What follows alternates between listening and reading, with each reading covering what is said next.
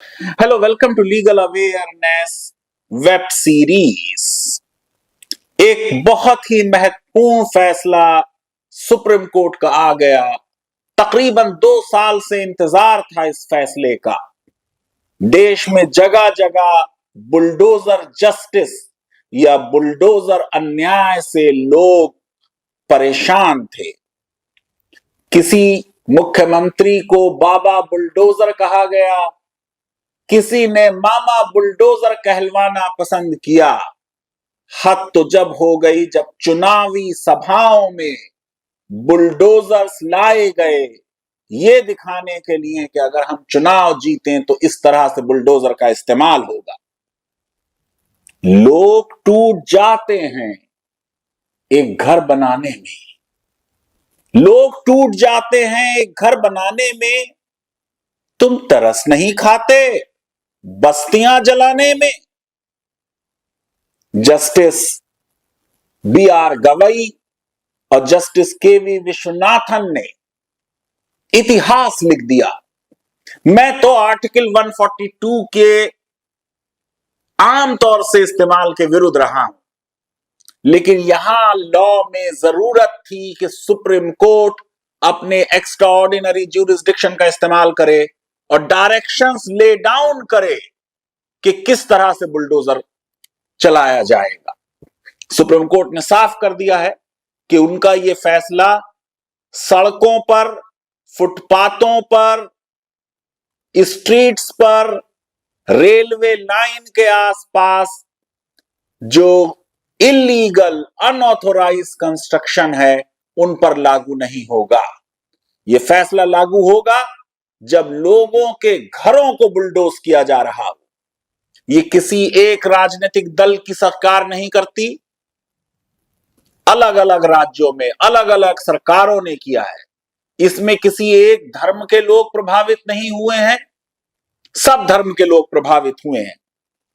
मैंने 2 videos bulldozer justice पर बनाए और जो बातें उन वीडियोस में कही थी वो सब की सब सुप्रीम कोर्ट के 99 पेज के जजमेंट में आ गई।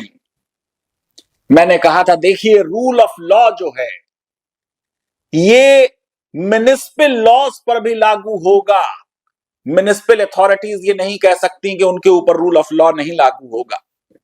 मैंने कहा था रूल ऑफ लॉ और रूल बाय लॉ अलग अलग कंसेप्ट्स हैं। मैंने कहा था कि हमने रूल ऑफ लॉ को बेसिक स्ट्रक्चर माना है। लॉ को जस्ट भी होना चाहिए और फेयर भी होना चाहिए। आज सुप्रीम कोर्ट ने रूल ऑफ लॉ पर बहुत से पेजेस लिख डाले। कहा सुप्रीम कोर्ट ने ये कोई चमकता हुआ आसमान का सितारा नहीं है, बल्कि संविधान के अंदर इनकॉर्पोरेटेड एक आइडिया है जिसको इंप्लीमेंट किया जाएगा। मैंने कहा था कि बुलडोजर जस्टिस में कार्यपालिका न्यायपालिका का काम करने लगती है। ये शक्तियों के विभाजन का वॉयलेशन है, सेपरेशन ऑफ पावर्स का। आज सुप्रीम कोर्ट ने भी उस बात को माना है और सुप्रीम कोर्ट ने बताया है महत्व कि क्यों सेपरेशन ऑफ पावर्स होना चाहिए, चेक्स एंड बैलेंसेस क्यों जरूरी हैं एक जनतंत्र में। सुप्रीम कोर्ट ने कहा कि रूल ऑफ लॉ तो कॉर्नर स्टोन है मॉडर्न डेमोक्रेटिक सोसाइटीज का, और जहां जहां राज्य फेल होगा, जब जब राज्य की तरफ से रूल ऑफ लॉ का उल्लंघन होगा, अदालतों को सामने आकर हस्तक्षेप करना पड़ेगा। कहा सुप्रीम कोर्ट ने कि rule of law arbitrary discretion के विरुद्ध है। सुप्रीम कोर्ट ने कहा पब्लिक ट्रस्ट का डॉक्ट्रिन है। जितने सरकारी नौकर हैं वो सब के सब ऑफिस होल्ड करते हैं in public trust as a trustee, इसलिए उनकी जिम्मेदारी है कि कानून के अंदर काम करें। सुप्रीम कोर्ट ने कहा कि अगर कोई अभियुक्त भी है, किसी के ऊपर इल्जाम भी है कि इसने कोई जुर्म किया है, या कोई कन्विक्ट भी हो यानी उसका जुर्म साबित भी हो गया हो, तब भी उसके घरों का डिमोलिशन नहीं किया जा सकता। और अगर ऐसा डिमोलिशन होता है तो ये रूल ऑफ लॉ का भी वायलेशन है, ये सेपरेशन ऑफ पावर्स का भी वायलेशन है, ये पब्लिक ट्रस्ट के डॉक्ट्रिन का भी वायलेशन। सुप्रीम कोर्ट ने कहा कैदियों को भी मौलिक अधिकार हैं। रुदाल शाह के केस को साइट किया, कहा घर में अकेले अभियुक्त नहीं रहता, अकेले कन्विक्ट नहीं रहता, उसके मां बाप, उसके भाई बहन, उसके बच्चे। कलेक्टिव पनिशमेंट हमारे क्रिमिनल जस्टिस सिस्टम का हिस्सा नहीं है, इंडिविजुअल पनिशमेंट होगा। सुप्रीम कोर्ट ने कहा हमारा जो क्रिमिनल जस्टिस सिस्टम है वो तो इस बुनियाद पर खड़ा है कि हर एक को मासूम माना जाए, इनोसेंट माना जाए, उसके खिलाफ जुर्म एक फेयर ट्रायल में साबित हो। कार्यपालिका को यह अधिकार नहीं कि वो जिसको चाहे दोषी डिक्लेयर कर दें, ये तो जुडिशियल रिव्यू के प्रिंसिपल का वायलेशन होगा। उनको हक नहीं है जज करने का। बुलडोजर जस्टिस जो है वो तो ड्यू प्रोसेस का वायलेशन है। ये तो माइट इज राइट का आइडिया है, जिसकी लाठी उसकी भैंस। और जाहिर है कि रूल ऑफ लॉ में जिसकी लाठी उसकी भैंस के सिद्धांत को नहीं माना जाता। अगर बुलडोजर जस्टिस है तो उसका मतलब है लॉलेस स्टेट। सुप्रीम कोर्ट ने याद दिलाया कि जिनके खिलाफ संगीन जुर्म साबित हो गया हो, जिनको सजाए मौत दे दी हो, सजाए मौत देने के बावजूद भी ये हक नहीं कि उसको फांसी पे चढ़ा दिया जाए जब तक हाई कोर्ट उस फैसले को अप्रूव ना कर दे। ये छोटे मोटे मामलात वायलेशन ऑफ सम लॉज पर लोगों के घर गिरा दिए जाएं। सुप्रीम कोर्ट ने कहा राइट टू शेल्टर आर्टिकल 21 का हिस्सा है। फैमिली मेंबर्स की कोई गलती नहीं है, उनका घर गिरा दिया जाए। अक्सर यह कहा गया कि ये मुल्जिम हैं, अभियुक्त हैं। सुप्रीम कोर्ट ने इस बात को नोट किया कि अक्सर ये डिफेंस कार्यपालिका लेती है, लेकिन समाज देख लेता है कि उनका अभियुक्त होना इंसिडेंटल है। मेलाफाइड इंटेंशन से अगर उनका घर गिराया जा रहा है तो सुप्रीम कोर्ट ने कहा कि यह पब्लिक अथॉरिटीज की ड्यूटी है कि साबित करें कि उनका बुलडोजर का इस्तेमाल एक पीनल एक्शन नहीं था, कुछ खास लोगों के घरों को गिराने के लिए नहीं था।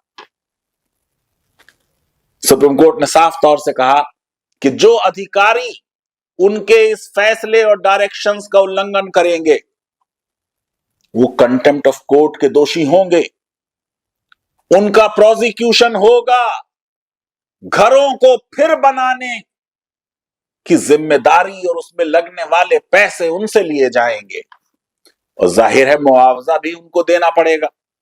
मैं समझता हूं इससे अच्छा जजमेंट बुलडोजर जस्टिस के सिलसिले में आ ही नहीं सकता था।